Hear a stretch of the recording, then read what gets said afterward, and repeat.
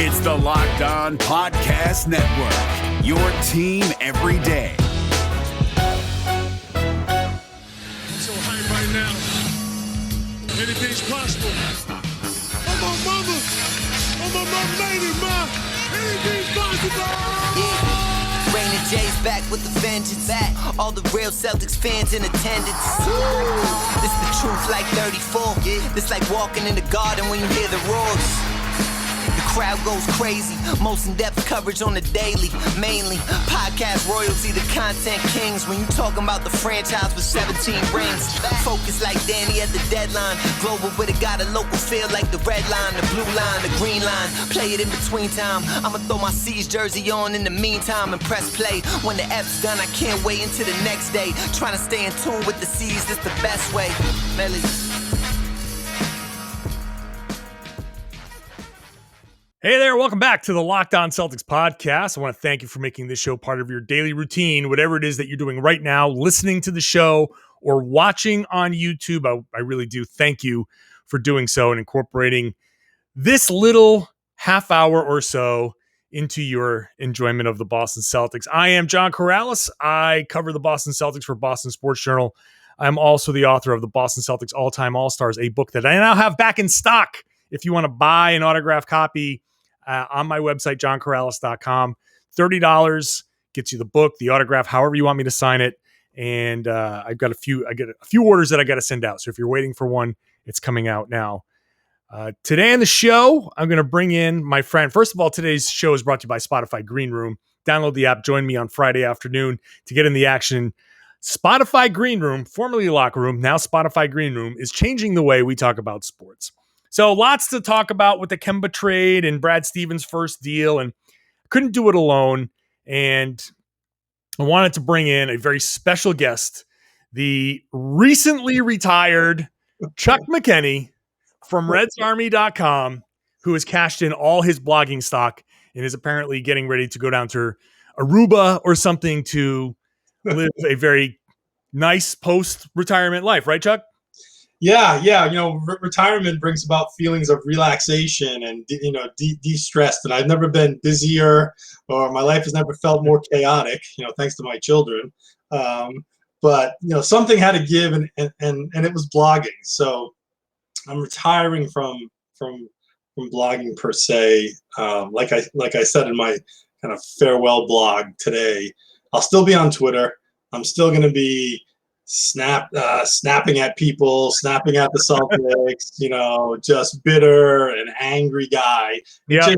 It just won't be in long form on the blog, which, some folks may have been used to. You've always been the more emotional of the two of us. For those who don't know, Chuck and I started RedsArmy.com back in 2006. Is that right? 2006? Yeah. Jesus, man.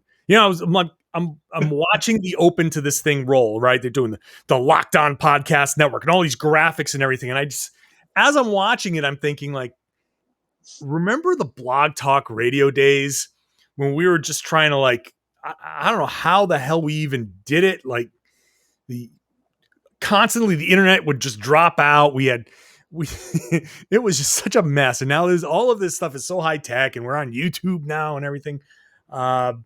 So end of an era, man. How does it feel? Like you're in on the ground floor. Yeah, no, I mean it feels weird, and it's just been this retirement has been probably 18 months in the making, if not longer. So I've been kind of going back and forth, and we put a lot into it, and I think that's what kind of made us, successful. I'll be using a lot of air quotes today, but we busted our ass, and I think we took it seriously. I mean, we're journalists. We're in the news biz. We knew the importance of kind of getting information out quickly, cleanly. So we took that approach to the blog, and we took it seriously. And I think that's what kind of helped kind of build out an audience where not only were we insightful and funny, but, definite air quotes around funny. Our readers could count on us to bring them news, bring them any of the rumors and the reports that were going on. And this was really before kind of aggregation was something that mainstream media outlets did. So we would go digging through all the blogs and everything, looking for nuggets about the Celtics and such, and bring them to our audience. And I think that they kind of got used to us. They could count on us. So that that was a grind, and we did that for years and years and years, and we enjoyed it. But that sort of that sort of grind wears you down, as you know, and then you can't do it the way you used to do it. One, you don't feel happy about it, and two, your audience knows it, right? So they can see it. Wouldn't be first anymore, or we would. I just never. And I said this in my kind of farewell blog. I'm like, I lost that sort of edge, that desire, that I am a tiger, to want to, like, there's a story out there. I want to share my opinion. I just I just didn't have that anymore. And you can't fake that. There's just too much noise out there now. So, I mean, we had a lot of fun. We could go on and on. All the stories, and I shared a few memories in the blog today about things that happened to us along the way where we were just like, holy shit, did that really happen? Like, because as you're kind of building a following, you're thinking to yourself, are people really reading us? Are people taking us seriously? Who knows about us, right? Well, yeah, we have a following in Massachusetts, but who knows about us? And then there were just these little sort of wins along the way where you're just like, holy shit. Comcast knows about us. Holy shit. We just talked to Jalen Rose and Tim Legler on the Block Talk Radio podcast. Holy shit, Comcast invited us to their luncheon. Holy shit, you and I just talked to Wick Grouseback for like 15 minutes at TD Garden in that sort of Comcast room, and he's like, yeah, I know of you guys. And we were just like, whoa. So along the way, you have all these sort of moments where you're like, wow, it's pretty wild. Because I guess for me, it was always, I always felt like we were going up against sort of the bigger blogs, and I think we compared ourselves to some of the bigger blogs, the Celtics blog and such, and we tried to remain kind of independent for as long as we could. So having those sorts of moments of validation, it's like we need it, right? But it's like, we're professionals, we have careers, we have families, we have wives, have children, yet in this little corner of my life, I'm still, working this angle. And it was just, I think it just added to the charm of it all. It's just kind of real.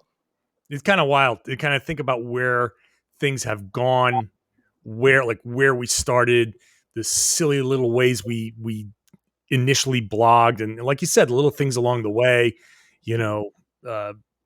sponsorships before sponsorships of these types of things were a thing, and it's really interesting because, as my career has continued down the Celtics road, I look at, like, I joked a little bit about, like, hey, that this open to this show was kind of like really cool. It was pre-produced and all that stuff. But all of the things that, like, these advances here were a product of the things that, I say we, not like you and I necessarily, but the collective blogger sphere was doing. Like, and think about how many people that started as bloggers are now mainstream media people, I'll put myself in there, but bigger time, like Zach Lowe is like at this point, I would say, like, the pinnacle of basketball journalism. And he had Celtics Hub.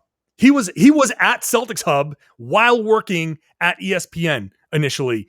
And like, that is, kind of an interesting, like, lineage of what it allowed people to do, allowed them to cut their teeth. You and I know we started in TV. We know what the small market, it used to be, that if you wanted to cover the Boston Celtics, you go to Des Moines, Iowa, and cover high school basketball for nothing. And then you proved that you got, good enough so you can go to Indianapolis or, Charlotte, North Carolina. And then you work your way, when those jobs opened up, to the bigger places. Well, blogging kind of did that for us. We started out as, couple of, jerk fans with Yeah. with wild opinions and making photoshops of, the general manager. Like I made Danny Ainge photoshops and just for fun, just to like throw it out there and just have fun. And, as it progressed, you're like, oh wow, people are reading this. Like I should like, I want to give them something like meaty. And eventually you say, all right, and you grow as a person. Like every year you get older, hopefully people are growing as people. And, we start to find our voices in all of this stuff. And it was really cool to progress and to see all of these advancements. This show that we're doing right now, the fact that this podcast is basically an offshoot of what we were doing on redsarmy.com, and the fact that I make a living off of it now. Like we were just screwing around back then. And now this is like, this is how I pay for my car. This is how I pay my rent. This right here is, and that's almost like, it sounds almost stupid to me, Chuck. Like this is how you pay your rent? Really? Like, I don't believe you, but it is. And so I wanted to start off the show saying thank you for being such a great partner on redsarmy.com. And like, I thought we really played off each other well. And it's sad. It was sad for me when I left. But I knew you were always there, and I had my little brief dalliance when I left Mass Live to go back there. Now that you're gone from Reds Army, it's like, that's it. And it's still there, and the guys are still going to, have their fun with it or whatever. But like, it's a little bit of like a wow, man. I can't believe that.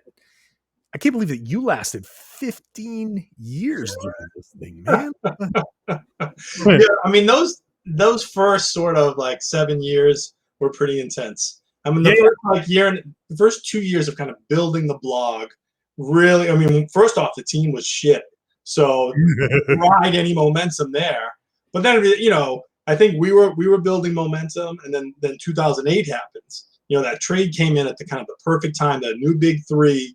Yeah, we just kind of converged, and we rode that. And I think between 2008 right through like the trade 2013, I mean, there's no coincidence that was kind of like our, that's where we peaked. Yep.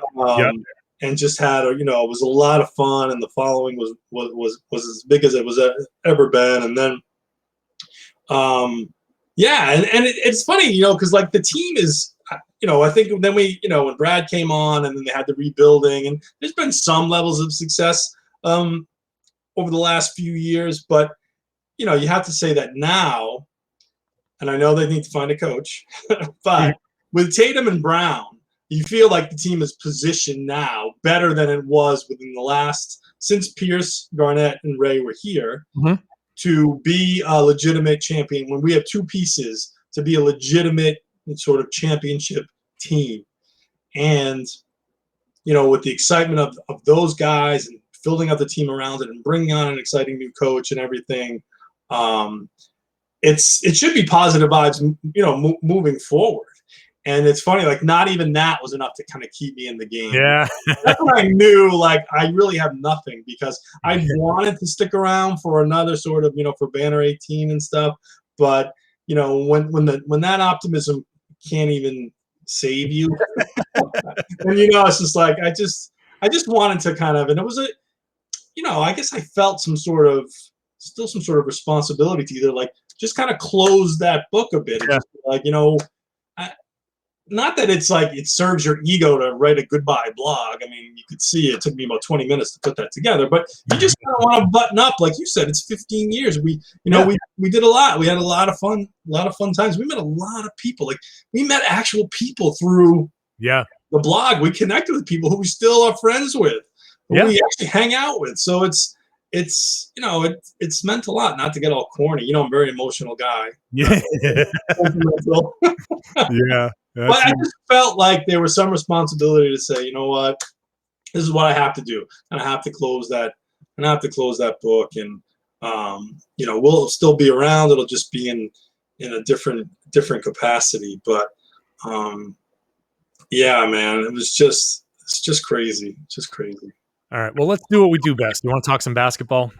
Yeah, of course. All right, let's do that. Let's do that after the break. Before enjoy your beverage there, and I will tell people about Spotify Green Room, which you might have known as Locker Room before, but it's now Spotify Green Room, and it is the first social audio platform made for sports fans. Speaking of the evolution of how things have gone, now we're on to basically sports talk radio in the palm of your hands on your device. You can download the app, now available everywhere. And you want to hop into my room? Hop into my room. Every Friday afternoon, I'll hop in there, talk to you. You can request to be on stage. I'll bring you on. You have your conversation. You ask questions, make comments. We'll talk for a couple minutes and I'll bring the next person on. It's basically sports talk radio. So it's, we can have a nice conversation. You can find other fans like you. You can make new friends. You can create your own rooms in Spotify and have like a watch party. Like I'm recording this with Chuck before the Clippers and the Suns. But if you wanted to watch that or watch the Bucks and Hawks and create a little Spotify green room where you all converge and get together and talk, you can do that. It's a great way. You can customize it however you want. So download it right now. Create your profile, link your Twitter, join the NBA group, follow me at John Karalis, and you'll get notified when I go live.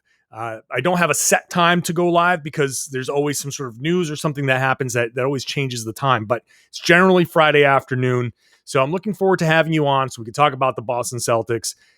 Spotify Green Room is changing the way we talk about sports. Today on the road to the finals, our NBA playoffs coverage is brought to you by Michelob Ultra. It's only worth it if you enjoy it. And at 2.6 carbs and 95 calories, we can all enjoy the games a little bit more this off season. And like I said before, I'm recording this game before the Suns and Clippers.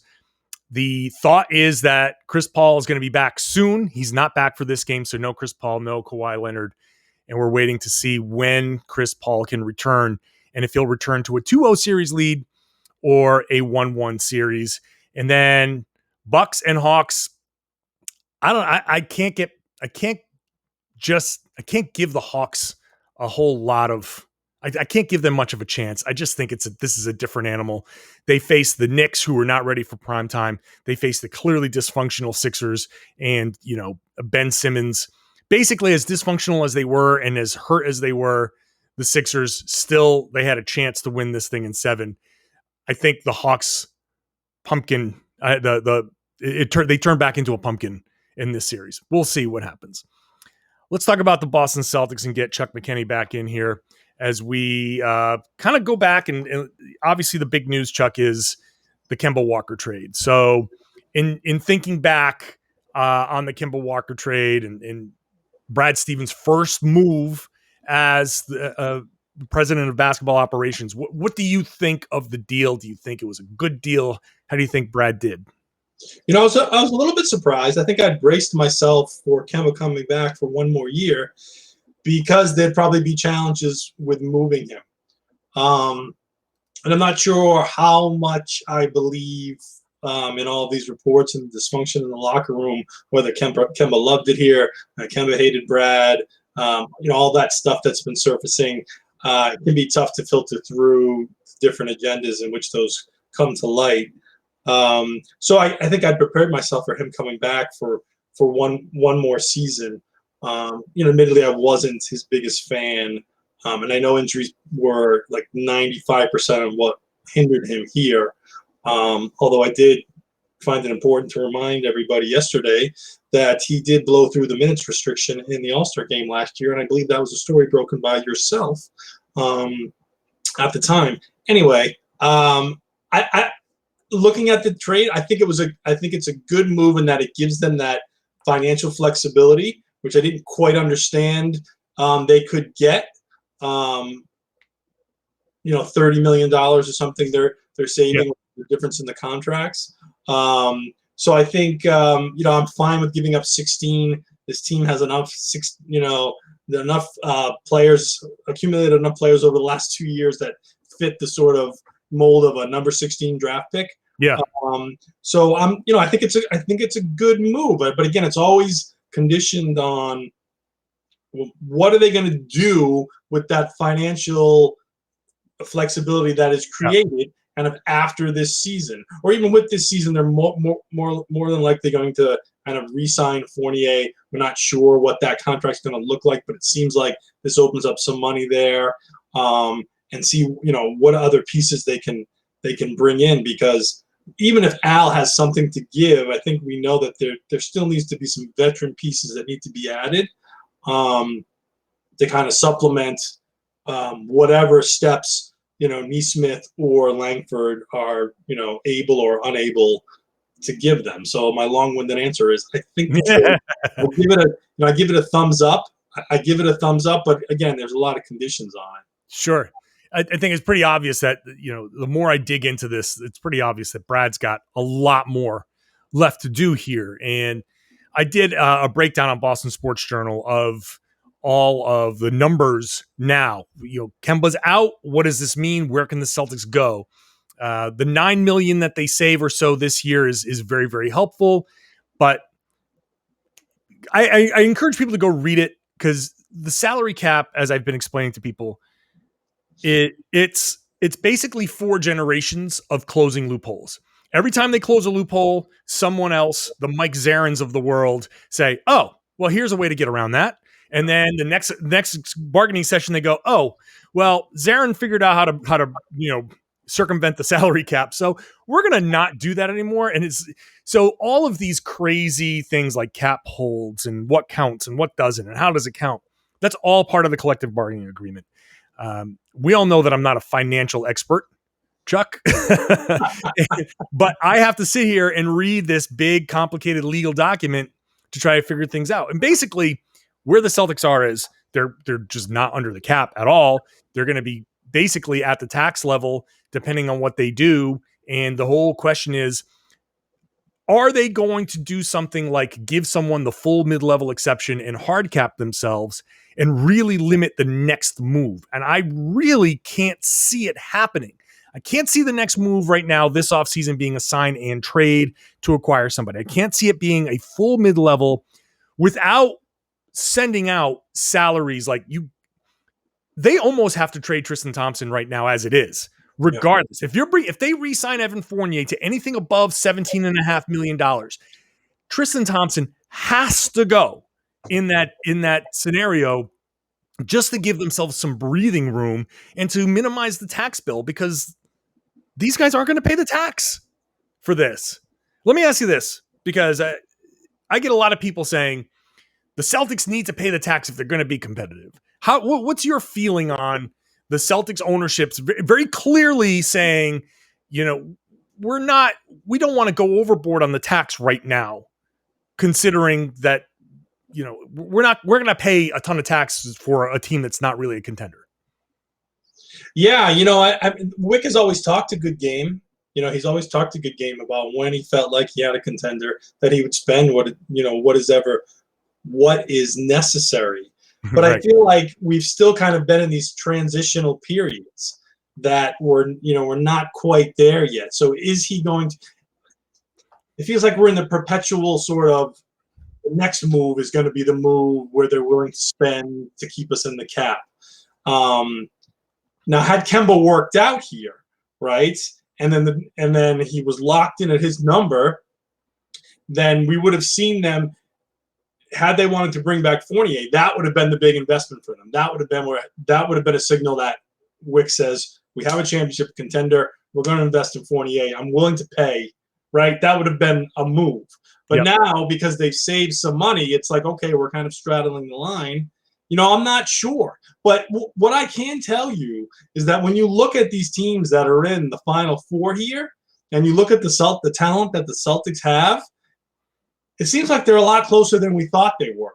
You know what I mean? The NBA continues to be so goddamn unpredictable. Like, we think it's always predictable, and that the best players or the best players often make it to the finals. But there's players are always changing. You never know who's going to be unhappy, who's going to maneuver them out. And this Final Four, man, I felt it was just wild. And I just feel like, granted, Jalen had the injury, we would have needed him to kind of make any sort of noise. But I still feel like with the team that they had, with one more bench person, I feel like they could have been better. I feel like they could have been close enough. So, to kind of answer your question, my mindset is next year isn't the year; it's going to be the year after, right? That they need to start spending. I mean, No, that's look, right? that's the big free agent class, that 2023. That's where, Nikola Jokic is going to be a free agent, and Embiid, and a lot of big names are going to be free agents. So that if the Celtics are going to spend money, that's going to be the year that they spend money, or at least have the cap space to go out and be like, here we go. Here's your team, Jalen and Jason. I think they can make enough moves here, kind of like laterally. They make the right moves that they can be in that top 3 in the East. I think they can do it because the Tatum and Brown are so good that you just have to have the right combination. And I think they can do it.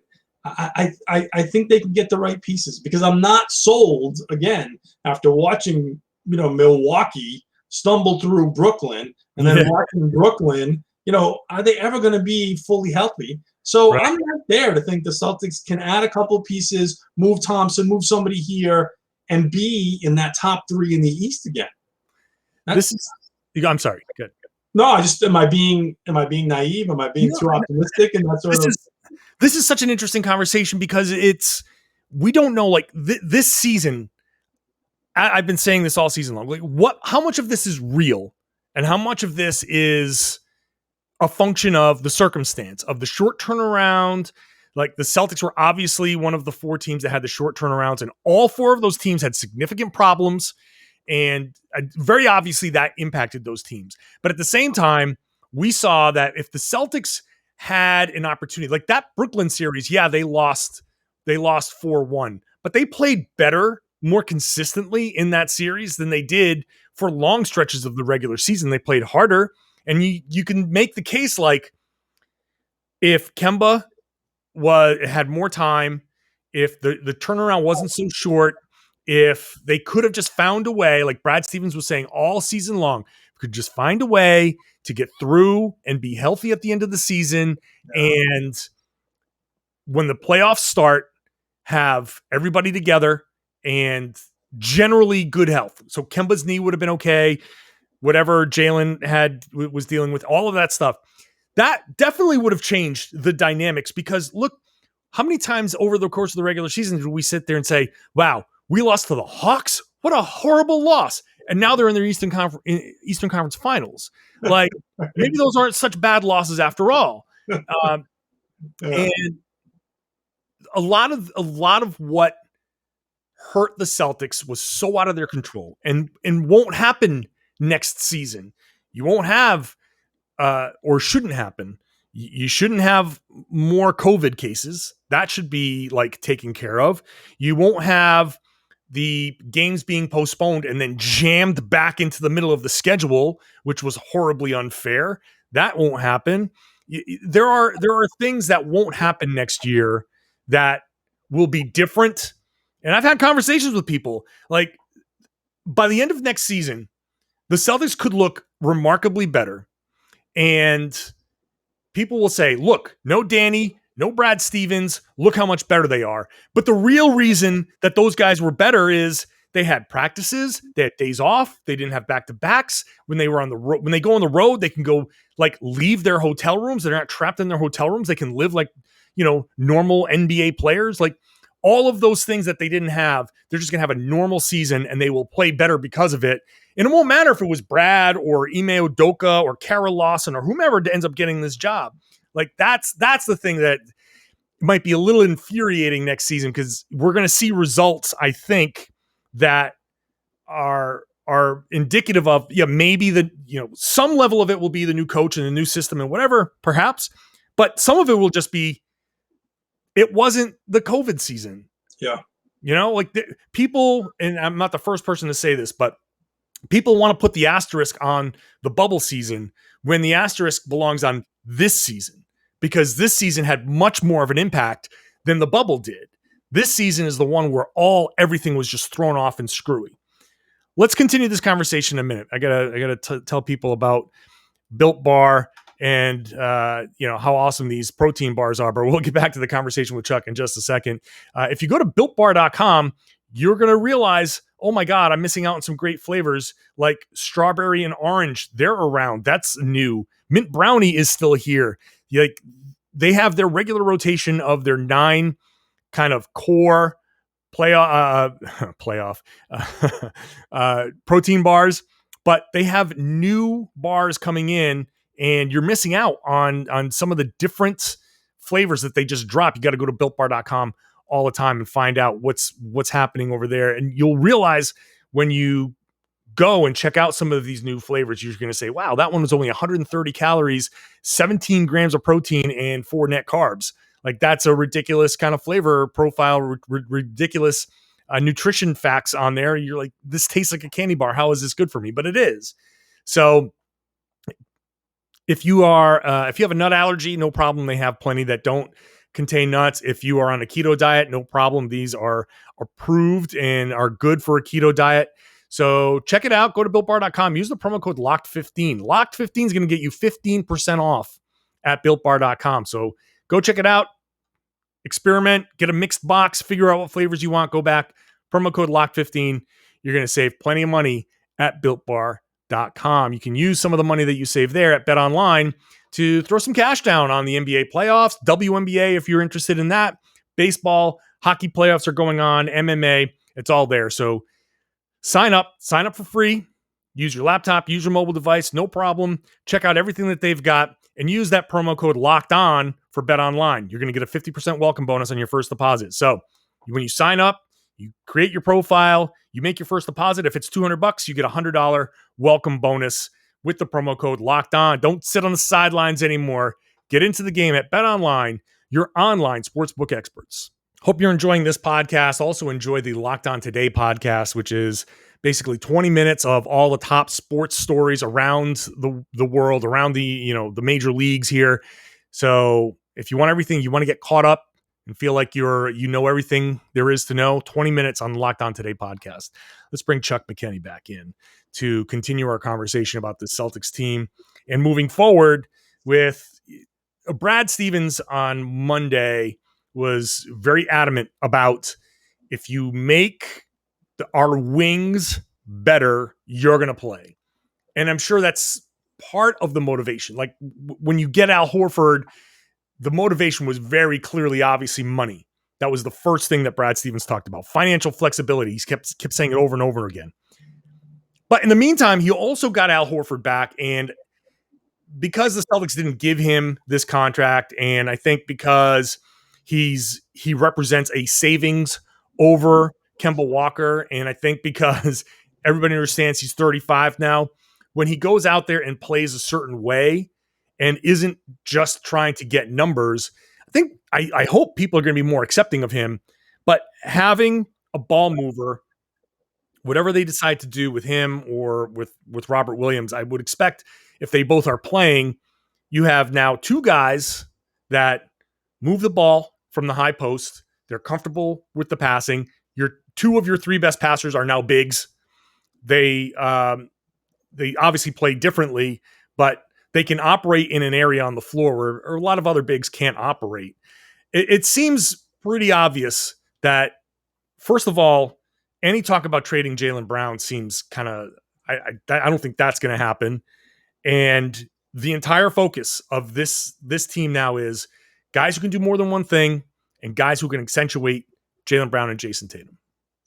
Yeah, I think that point was made with Al. I think you kind of encapsulated it pretty well there. And I'm excited to have Al back in that, under those sorts of conditions that you laid out. I'm not going to be expecting him to lead the team in scoring or anything. It's kind of play the positional defense, move the ball around, and make the open shot. I mean, that's really all we need from him. So I think he can be super helpful. I guess I'm still concerned about, there are plenty of question marks, right? There's still wing depth, right? I mean, I love the fact that there's lots of optimism around Rob, some question marks around his health. Tatum and Brown, enough said, they're going to be spectacular again. But what is that bench looking like? right? I mean, we don't know how they're going to use Smart. Fournier, we think he's coming back. We're expecting him to provide some scoring, but there still needs to be wing depth. Where is that wing depth coming from? We cannot. I refuse to go into the season banking on any significant contributions from Langford. And Nesmith, despite him showing a lot of high energy and doing more than shooting in the last quarter of the season, there needs to be other players there. If we're rolling the dice with those guys yet again, then I think it's a big gamble, and I will not be happy.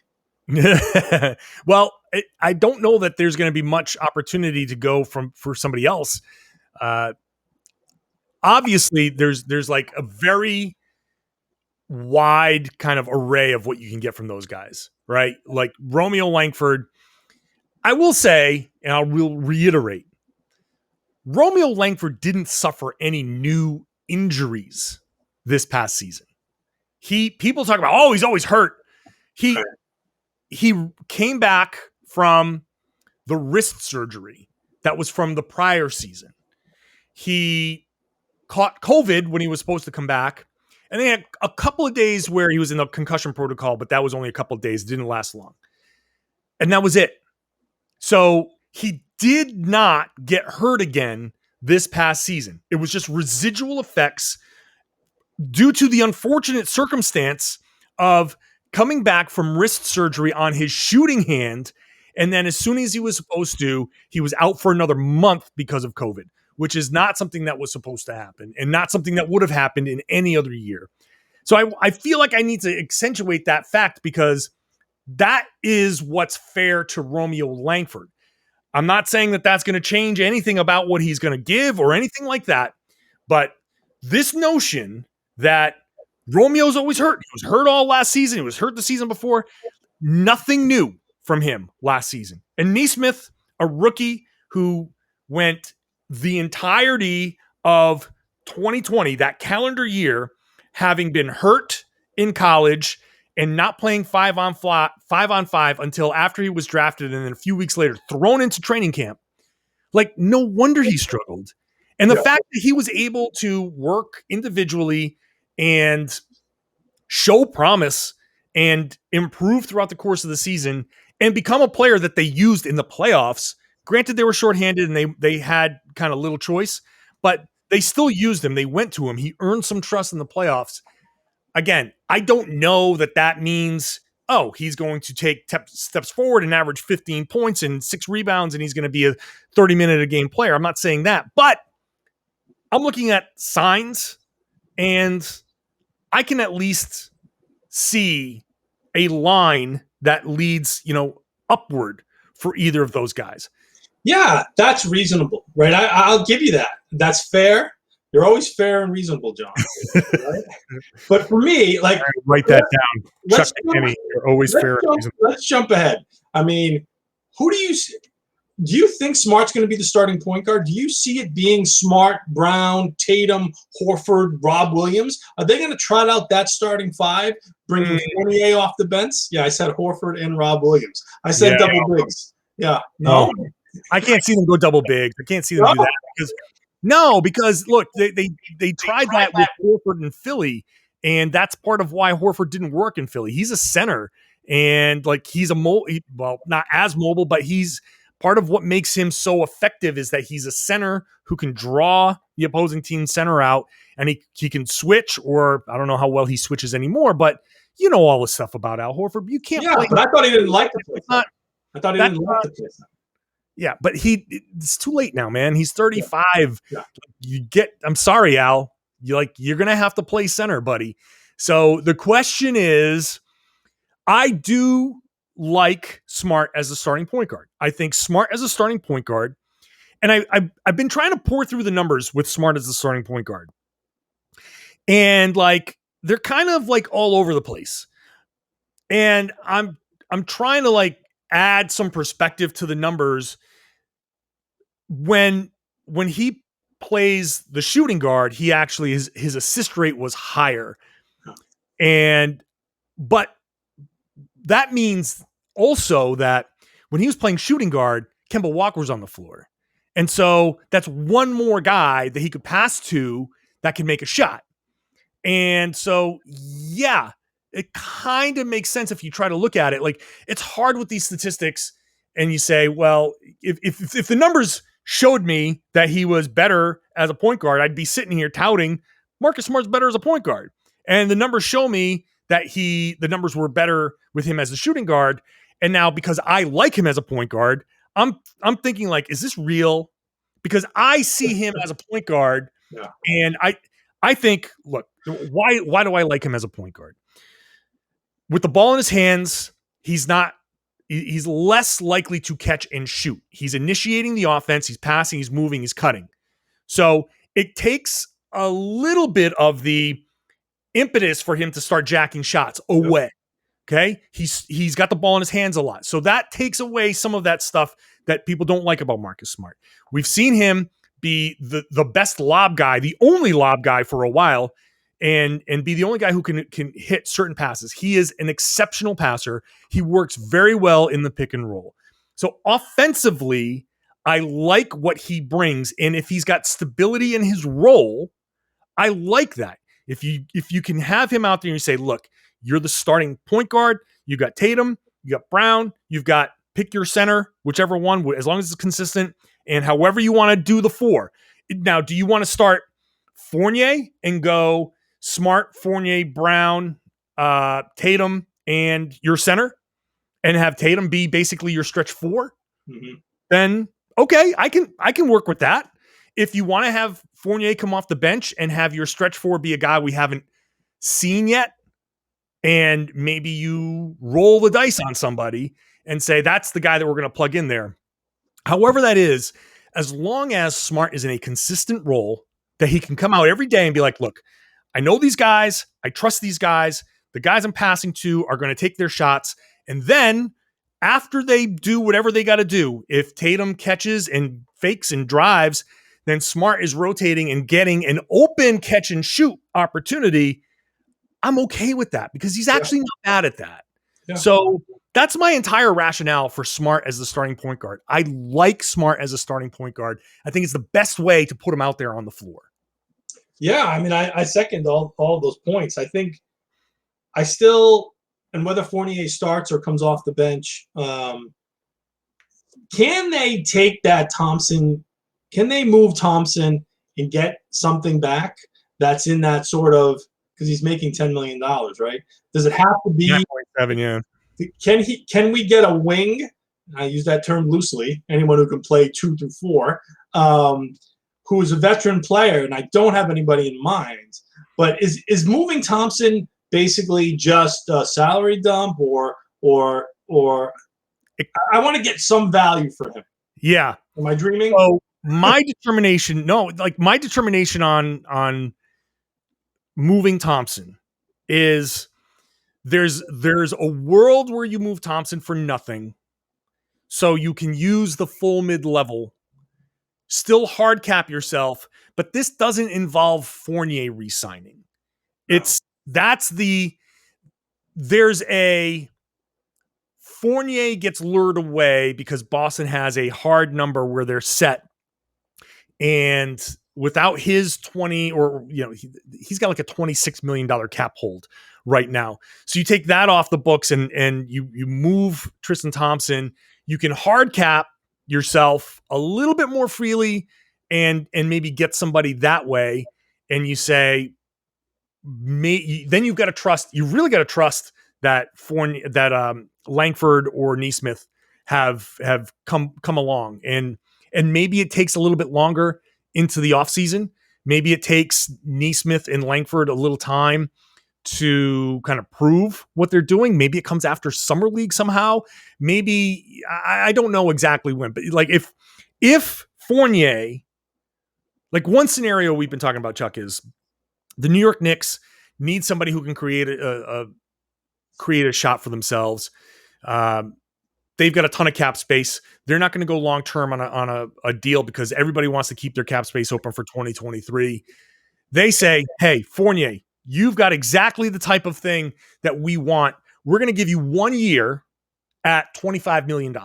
which is probably $8 or $9 million more than he's going to get anywhere else. And he's like, well, yeah, let me take the 1 year at 25. I'll go into free agency next year, and then I can take my 17 million a year or whatever from somebody else, but let me cash in here.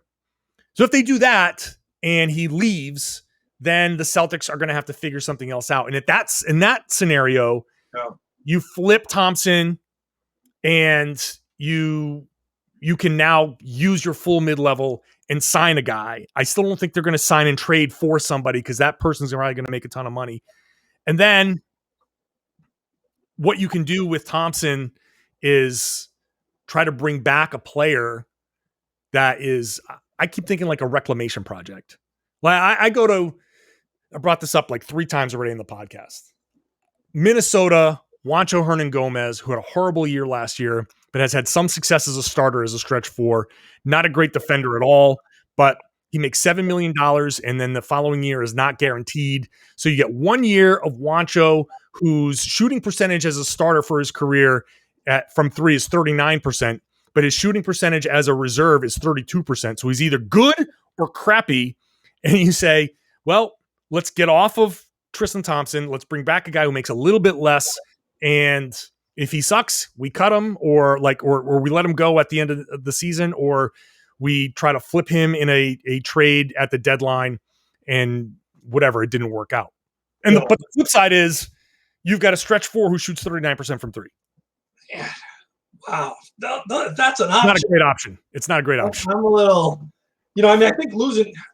So I was in your sort of, I think the perception was that Fournier was going to get 17 to 18 million. But then I listened to that Celtics podcast with Bobby Marks. I think it was through Comcast. He was talking with Chris Forsberg, and he had hinted at, Fournier in that $12 million range, 12 to 14, which is, lower. And I was just like doing cartwheels. That's a number I think the Celtics would jump at. And I don't know if that, and I think, some of his logic was teams not wanting to overspend this year, given what's coming next year. But you're right. And I think that's kind of like when you mentioned that 1 year, 25 million, that reminds me of like a contract I think JJ Redick had a few years back. Exactly the same thing. Big money 1 year. It could have been in one of his first deals in Philly. Yep. And that's too much money for a player like him to pass up. He's made some money, but 1 year, that sort of cash, that's hard. That's hard to pass up. So I think that type of deal would be problematic. But from my perspective, to lose Fournier and bring in another player by losing Thompson or some sort of transition there, I think that would only be sidestepping. Like we wouldn't be making any step forward, and that would put even more pressure on the Nesmith and the Langfords to do something. I'm looking for a player on top of Fournier who can give us something. And I know it's tough because sometimes you have to find these players these veterans who's going to be able to contribute. But I just feel like we need somebody. And I know that's not helping Brad when I say we need somebody. We need somebody. Anybody. What always happens when we do this, like, well, we need somebody, and they go get somebody, and then we're like, not that guy. No, not that somebody. Not that somebody. But I think like this is very much of a like we're trying to fix every problem right now. And the fact is that okay, they have like the remaining $11 million on the Hayward traded player exception that's going to expire this offseason. And they're probably going to try to want to use that. That's a way that they can use, they can get somebody in that might be helpful, and maybe it doesn't cost them as much as a normal trade would. But they're also, they just created a traded player exception in the Kemba Walker trade. There's the Daniel Tice one that still exists. And, every year there's always a surprise, somebody that signed somewhere. So we're talking about all of these moves this summer, and Brad Stevens needs to fix everything right now. But it's very obvious that it's probably not going to happen all in this summer, right? Like you've got that first deadline when newly signed players can be traded in late December. That's going to start triggering some rumors. And then you've got which of these players, the Bradley Beal types, the Damian Lillard types, are going to be disgruntled enough to say, I'm out by the next trade deadline. And not just for the Celtics to swoop in and get Damian Lillard or Bradley Beal, which obviously would be great if you didn't give up Jaylen Brown. But also keep in mind that the Celtics can be players in that. Do you need a third team to execute this? Maybe the Celtics can go in and get some assets that way. Does a team need to clear cap space to make a move? Then the Celtics can go in and get pieces that way, much like the pre-Isaiah Thomas trade where Marcus Thornton, they got Marcus Thornton and Cody Zeller in the pick for nothing. And then they flipped it for Isaiah Thomas. They got Isaiah Thomas for nothing because they were opportunistic in other moves that were happening around the league. So the Celtics don't just have to make all of these moves on their own. They can wait and be opportunistic. And when other moves are happening around the league, how do we get involved? Do we take a player? Do we take a pick? Do you whatever?